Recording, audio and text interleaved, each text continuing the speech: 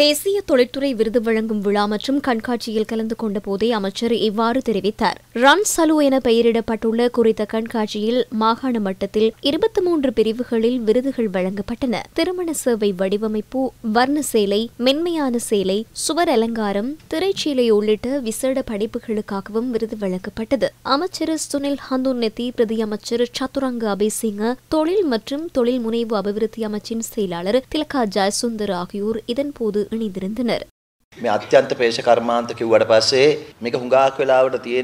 கைவினை மற்றும் நெசவு தொழில்துறை எனும்போது மட்டுப்படுத்தப்பட்டவர்களுக்குரிய தேசிய தொழில்துறையாக கருதப்படுவதோடு பழைய பாதுகாக்க வேண்டிய விடயமாகவும் பார்க்கப்படுகிறது. நவீன காலத்திற்கு பொருத்தமற்றதாக மக்கள் பார்க்கின்றனர். அது உண்மையல்ல. தேசிய ஆடை தொழில்துறை விசேடமாக கைத்தறி, பத்திக் உள்ளிட்டவை அதிக பெறுமதியுடைய மேல்தட்டு மக்களுக்குரியது. அதற்குரிய பெறுமதி உணர்த்தப்படவில்லை. கடந்த அரசாங்கங்களினால் இதற்கு வழங்கப்பட்ட அனுசரணை, அதற்குரிய இடம் என்பன தாக்கம் செலுத்துகின்றன. இந்த தொழில்துறைக்கு உரிய கௌரவத்தை வழங்க வேண்டும். உங்கள் படைப்புகளுக்கு உரிய அங்கீகாரம் உள்ள சந்தையை தேடுவதுதான் எமது வேலை. அதற்கான வசதிகளை வழங்குவது, தொழில்நுட்பத்தை வழங்குவது, மூலப்பொருட்களை வழங்குவது, சந்தையை வழங்குவது, விருதுகளை வழங்கி உங்களது பெறுமதியை மதிப்பிட முடியாது. சீன அரசாங்கத்திடமிருந்து இலவசமாக கிடைக்கப்பெறும் மாணவர்களுக்கான சீருடை துணி கிடைக்கப்பெற்றுள்ளது. அடுத்த வருடம் சீருடை துணிகளை மாத்திரம் பாடசாலைக்கு வழங்காது, அவற்றை தைத்து வழங்குவதற்கு எதிர்பார்க்கின்றோம். சீருடை துணியை வழங்கும் போது பெருமளவு துணி விரயமாகிறது. சில பிள்ளைகளுக்கு சீருடை துணி கிடைக்கும் போது வீட்டில் புதிய ஆடை வாங்கப்பட்டிருக்கும், அது வீண்விரயமாகிறது.